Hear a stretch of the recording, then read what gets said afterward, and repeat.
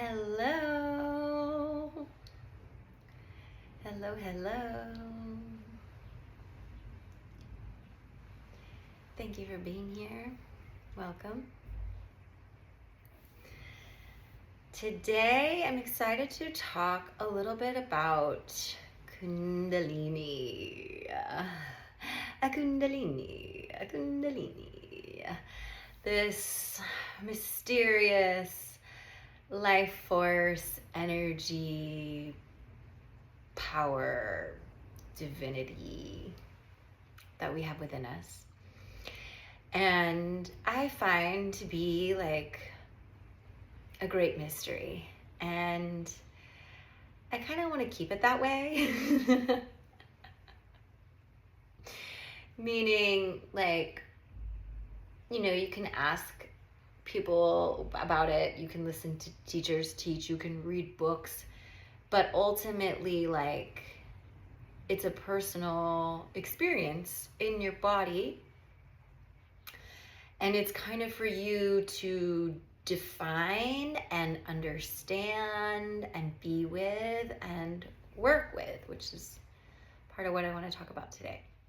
And keeping it in the realm of great mystery, I feel like allows for the potential, which is infinite, to stay really open. When we get it like too pinned down, like, oh, Kundalini is this thing that looks this way, that happens in Kundalini yoga class or whatever, and like this is what it means, we restrict ourselves from the full potential. Because while there is a lot of wisdom in the human collective and in the collective consciousness streams about this energy that can support us, it's not meant to limit us. So I'll share, just personally, I don't identify as a Tantra teacher or a Kundalini teacher.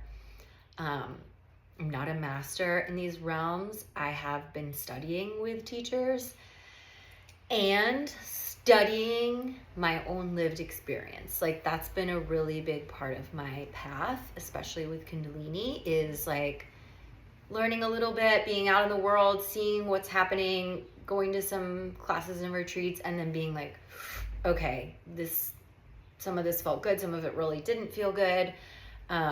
What's like here for me in my own lived experience? And I would really encourage anyone watching or curious about Kundalini to do the same. Like, learn as it feels aligned, get support, have space held for you, and like really be the observer and curious and open, right, to the great mystery. How does it look in my body? How is it in my soul and my experience? It may be completely different from what I have learned or seen in other people.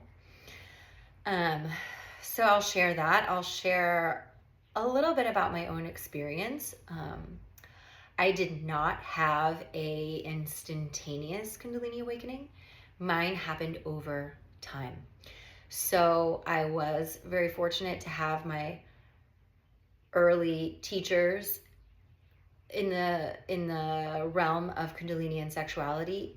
They weren't fully aligned necessarily, but they were holding the transmission that, like, you don't need to force Kundalini to open. It's nice to allow it to unfold if you can.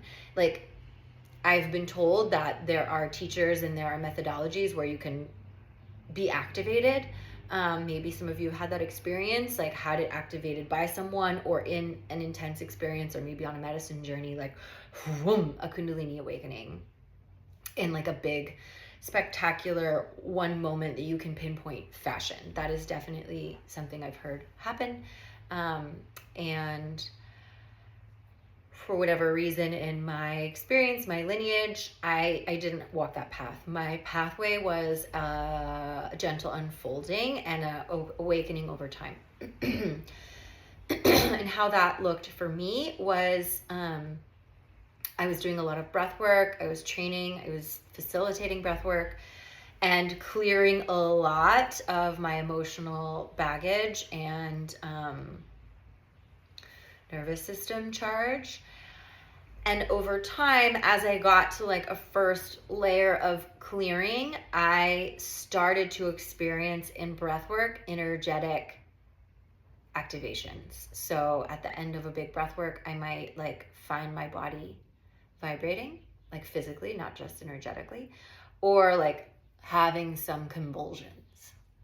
Like it kind of started as these convulsions that would come through at the end of a long breath work. And then, fast forward, I worked with a body worker healer who helped me like unlock more of that energy and begin to like move it more through my body. And I would say different experiences over time with mushrooms and cannabis also helped me like get it unlocked, get it moving, begin to work with it. Breath and meditation and non-medicine spaces as well. But those substances really help me get more in my body and more aware of the subtleties. They can also help with surrender, like quieting the mind and creating the opportunity to allow something new to unfold. It does work in concert with sober meditation. It's like that ability to focus. When you use the medicine, you can use that ability to focus that you build in meditation and breath work on the medicine to focus, to surrender. Right? And it can help with that process, right? So ultimately, like working with Kundalini safely and consciously is one more invitation to work on what I would call our inner sacred union, like our inner balance between the masculine and feminine, between the yin and yang, like how we really need both of those energies to be healthy on planet Earth. The piece that can surrender and receive and open and soften and allow. And that piece that can focus and direct and like dial in. Right? And it's that ability to hold yourself through both of those experiences with full awareness.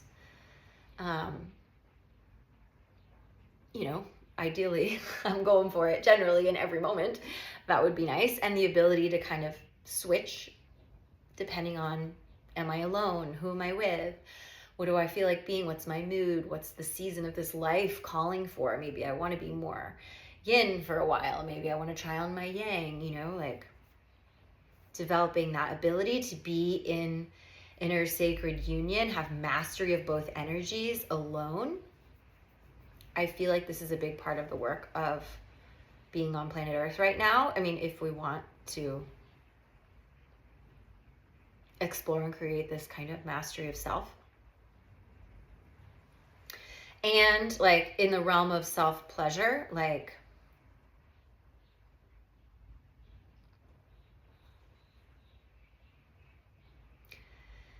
that inner sacred union is how we can hold ourselves consciously, safely embodied as we access deeper and deeper states of ecstasy and surrender.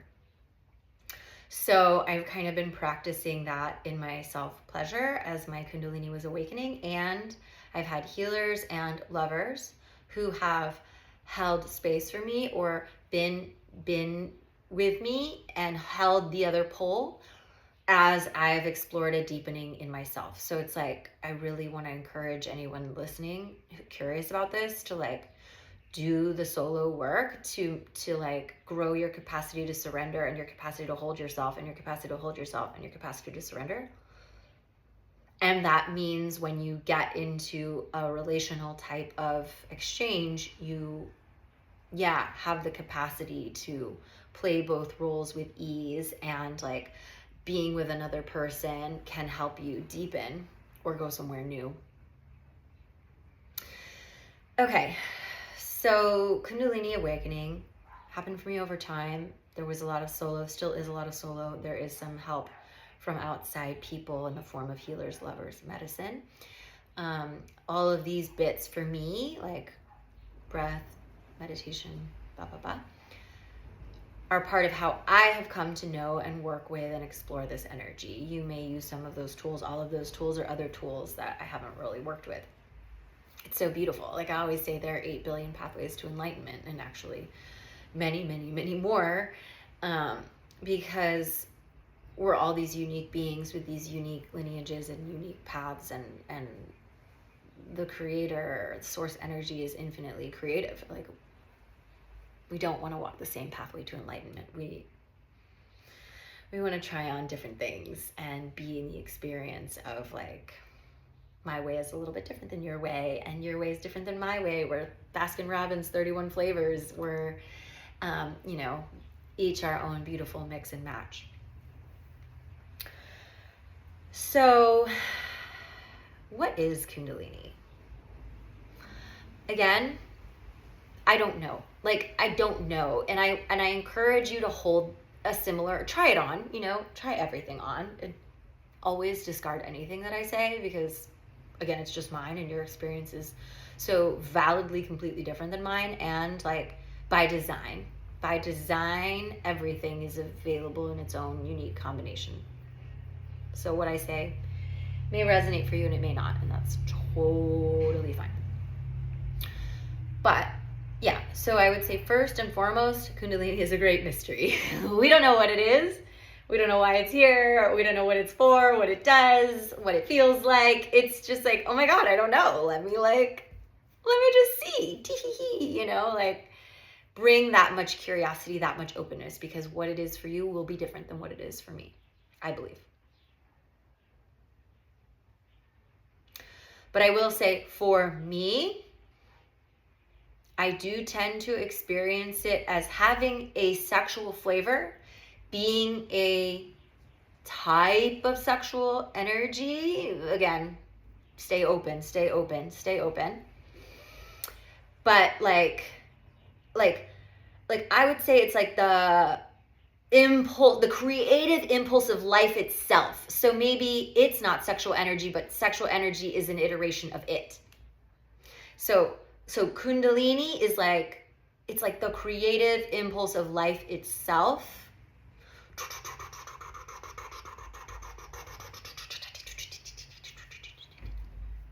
Like unfolding, like the lotus unfolding in infinite layers and infinite directions and infinite creativity. Okay, I'm just gonna pop on a video and try to define Kundalini today. What did you do for work? Whatever, it's fine. You're gonna like this or not, it's okay. I'm just sharing what I feel and what I've experienced, and that's what I think it is. On some level, again, holding the great mystery. I do experience it as originating in my tailbone. So it's near the sexual energy, which I would describe the sexual energy really for me coming more from my yoni, from my vulva, from my clit primarily, although the cervix, the G, like the whole yoni can be a source of sexual energy. And the Kundalini really feels distinctly like it originates from the tailbone. I am so curious if anyone listening here would want to share about their experience of the Kundalini, if it feels that way for you or something else, if you have a different definition of how you experience it. If you want to share your Kundalini stories with me, please feel free. And if questions are coming up as well, please send those over. I experience it as coming from the tailbone. You may have heard about the snakes. There is a collective consciousness stream, yogic.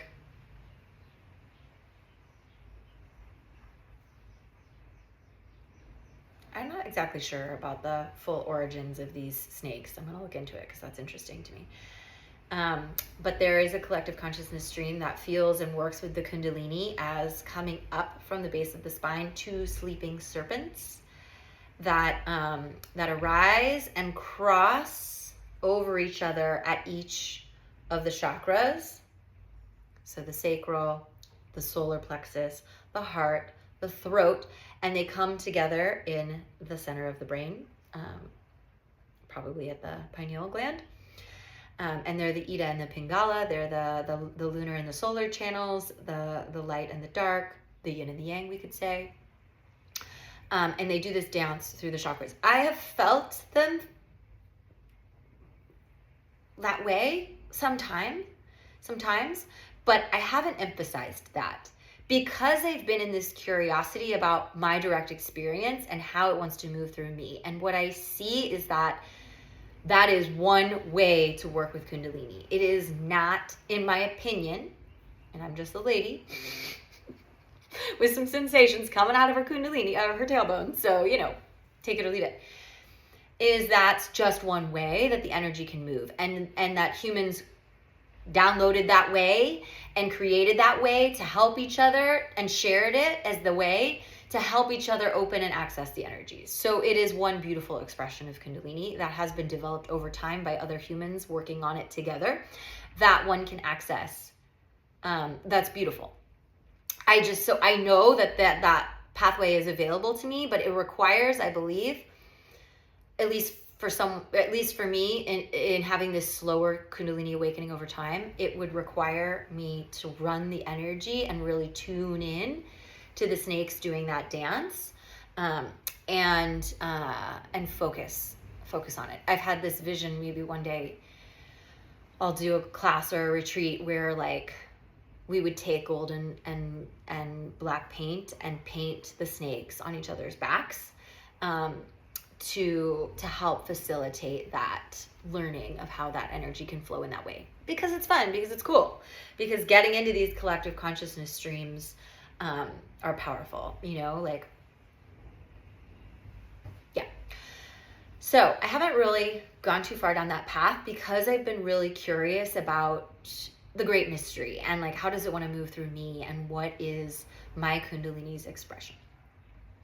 So it's the ultimate creative life force energy, which I do feel sexual energy is part of, but kind of different. And I think that the flavor of Kundalini, what feels sexual about it is it's pleasurable.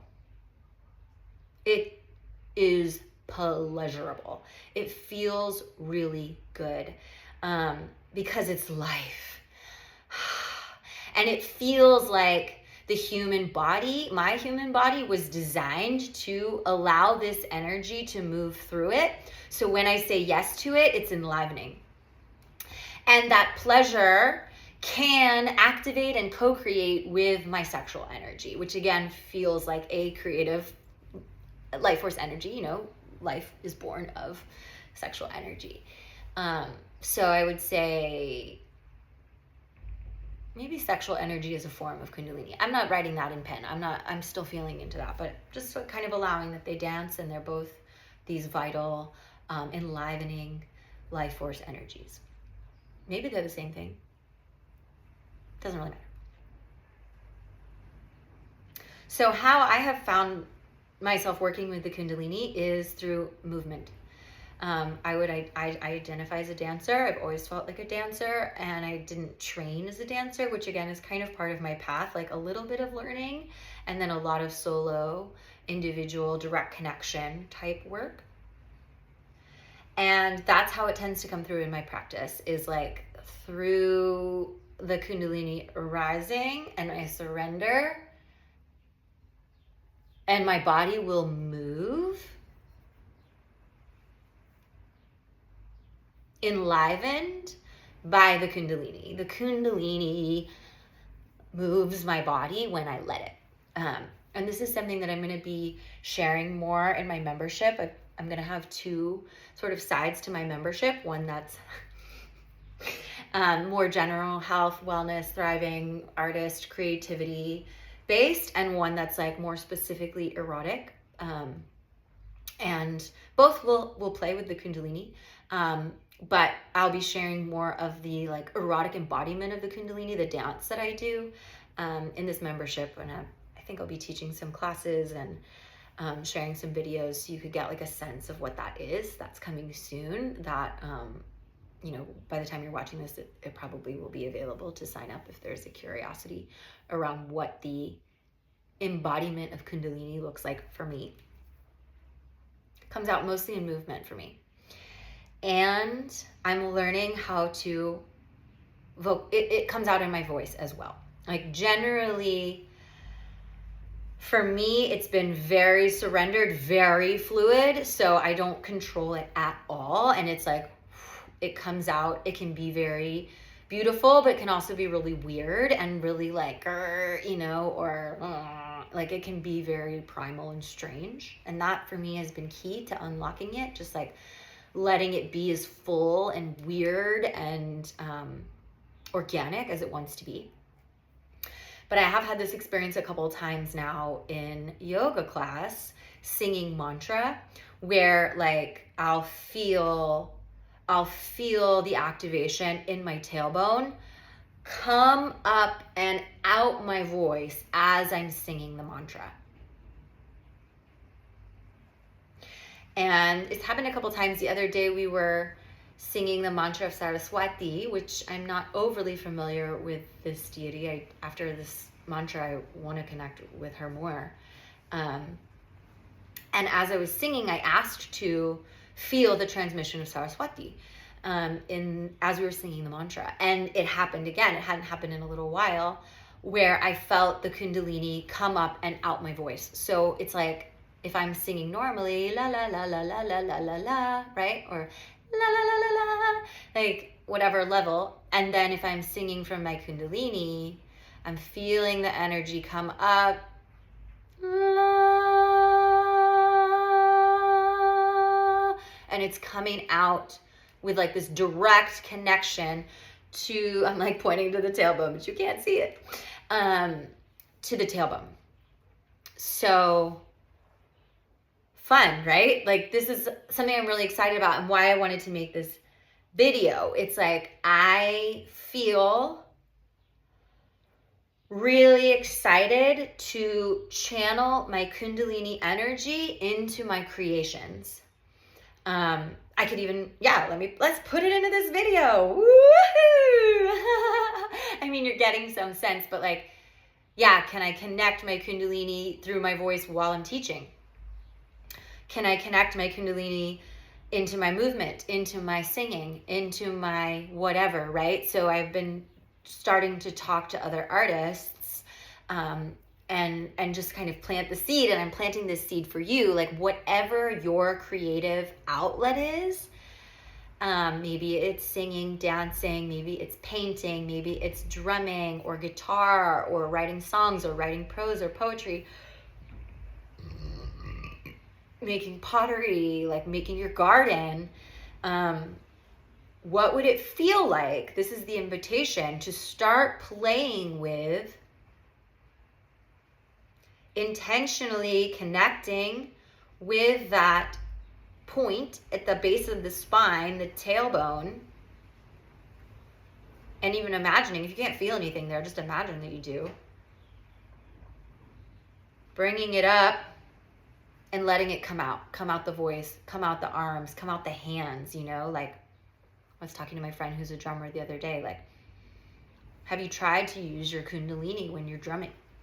And again, it's just like feeling that pathway of the tailbone coming up to the heart and out through the hands, and like learning to channel that creative impulse into your art.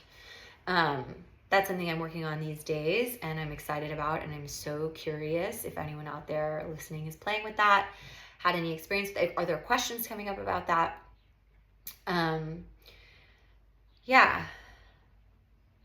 Because I feel our creations are gonna get more fucking cool. I know a lot of times people experience, I imagine that people are also experiencing creation coming down, like Maybe you're getting visions of your paintings, or you're working with, and you could like do both, which would be cool. Again, it will come through differently in people, but I feel not only will our creations get cooler, they will be more nourishing for our bodies, because this energy is very enlivening and very nourishing and very healthy. And I feel it is important, this disconnection from this pleasure center, that is the base of the body, the sexual energy and the Kundalini being similar, separate, the same, whatever. Being this place where we have a lot of shame, repression, judgment, guilt, disconnect, fear, a lack of control, like lack of mastery. So we've got this fear because this energy is very powerful and we haven't been taught to work with it intentionally. So it's either coming out a little wonky, maybe it's coming out in porn addiction, or maybe it's coming out in masturbating a lot, or it's coming out in like addiction type ways, or maybe it's so shoved down that you're completely disconnected from your sex fully, or you find yourself like not receiving a no from someone and being kind of pushy in your sexual energy. That's even where like the energy of rape or pushing past each other's no's, which everyone is capable of, and many of us have done on some level. You may not have raped someone, but there's like a certain energy of like kind of convincing or pushing or going past somebody's pullback that maybe many of us have experienced, on the receiving, but maybe even the giving end of that. Like it comes from this disconnection that we have to this powerful energy. And I feel like what's been coming in a lot is the way that we're going to heal our sexuality. There's so many layers to that. There's so many layers to healing our sexuality. So check in with me over time. We'll be talking about this more, right? But one of the pieces is going to be using this energy safely and intentionally. So I do feel like working with the Kundalini to make art, to be in your body, to sing, to move, to dance, whether or not you show it to anyone, is a really big part of being healthy and beginning to unlock and work with these primal energies that are our birthright and are part of our power, our energy, our aliveness, our thriving in healthy ways. And again, there's a lot to working with sexuality in healthy ways, and I touched into a lot of sticky there. So, let's take a breath, like, whew, okay.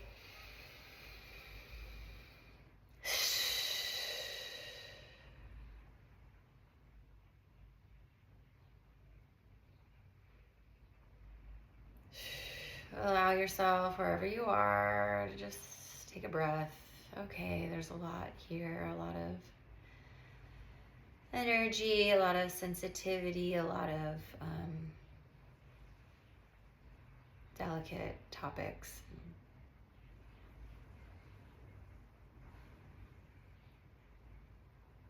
It all gets to be here. It all gets to be here. I feel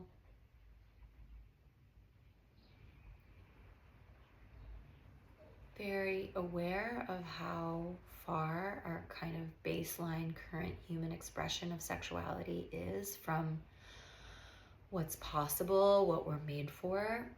And that could bring up stuff. It has for sure on my path brought up a lot of stuff. Despair, fear, grief, hopelessness, confusion, grief. So that all gets to be here, and you can't rush through those. Emotions and that part of the path. And we'll be talking about all of that more, for sure. And if this feels available, maybe it doesn't. Maybe it's like, well, this is interesting. I'm going to pin it for 5 years from now. great. But just starting to code in as a possibility more of what human sexual thriving might look like, so that we have somewhere to go and somewhere to walk towards, again, with the great mystery of anything is possible. Your expression will be uniquely yours. Your pathway will look different to mine.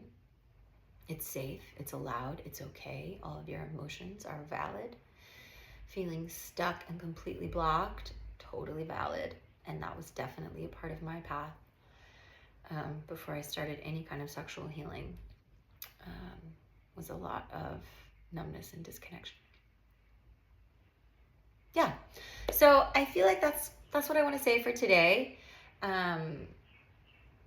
Please, like I said, I would love to hear about your personal experience with this. I would love to hear any questions or resistances that might be coming up, and leave you with that invitation to just be curious about your tailbone and about this energy, which is your birthright and is available, could be available in the future, and start to sit with what's here.